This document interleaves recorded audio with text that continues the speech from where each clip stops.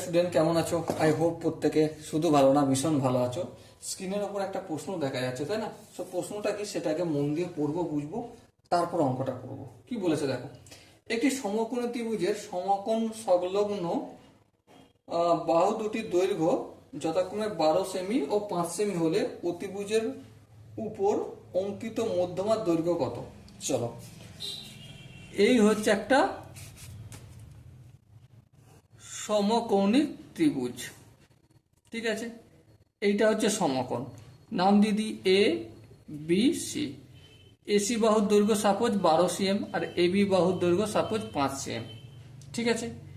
এই যে বিসি এর উপর সমকোণিক বিন্দু অঙ্কন করলাম, যেটা নাম দিচ্ছি ডি। আর এই যে ডি, এইটা বিডি যতটা সিডি ততটা হয়। ওকে, আচ্ছা, আর একটা জিনিস কি, এ থেকে ডি পর্যন্ত যে ডিস্টেন্সটা, এটা বিসি এর অর্ধেক হয়। এটা আমরা থিওরেম পার্টে জানি, ঠিক আছে? থিওরেম পার্টে আমরা ইন্ট্রোডাকশন পার্টে শিখেছি।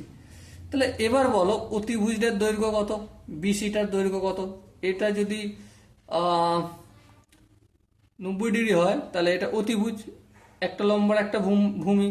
তাহলে অতিভুজের স্কোয়ার ইকুয়াল টু লম্ব স্কোয়ার প্লাস ভূমি স্কোয়ার। তাহলে অতিভুজ সমান কি √12 স্কোয়ার মানে 144, আর 5 স্কোয়ার মানে কত? 25।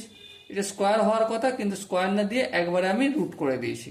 ওকে, এবারে 144 আর 25 যোগ করলে 169, 169 মানে 13 √। তাহলে বিসি এর দৈর্ঘ্য কত হয়ে গেল?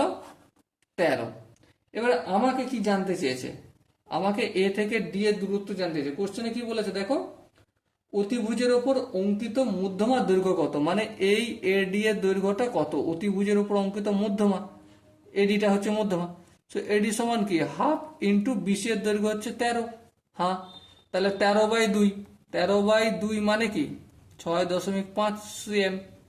ওকে, so dear student, I hope প্রত্যেকে এই কোশ্চেনের আনসারটা ক্লিয়ার হয়েছে। যদি কোনো জায়গায় বুঝতে অসুবিধা থাকে, ডাউট থাকে বা কনফিউশন থাকে, তার জন্য কমেন্ট বক্স খোলা রইল। ওকে, সো ডিয়ার স্টুডেন্ট, দেখা হচ্ছে পরবর্তী সেশনে। ততক্ষণ পর্যন্ত ভালো থেকো, সুস্থ থাকো এবং জয় হিন্দ।